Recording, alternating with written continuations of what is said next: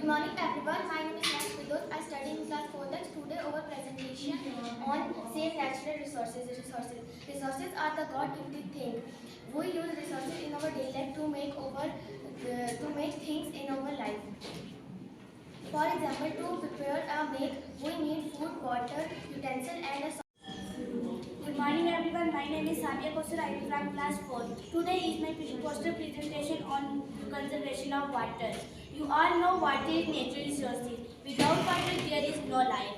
We conserve water by turn off running taps when not in use.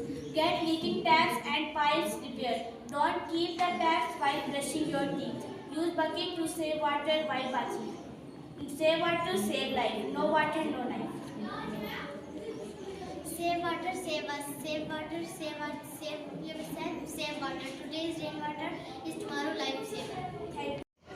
soil can be conserved by planting more trees, preventing cutting of trees, and overgrazing, building dams across the river to stop the flood. No land, no life, no food without soil. Do not spoil the soil. Be good to the soil. Save soil. Save soil is our motto. No soil, no us. Save soil, save the world.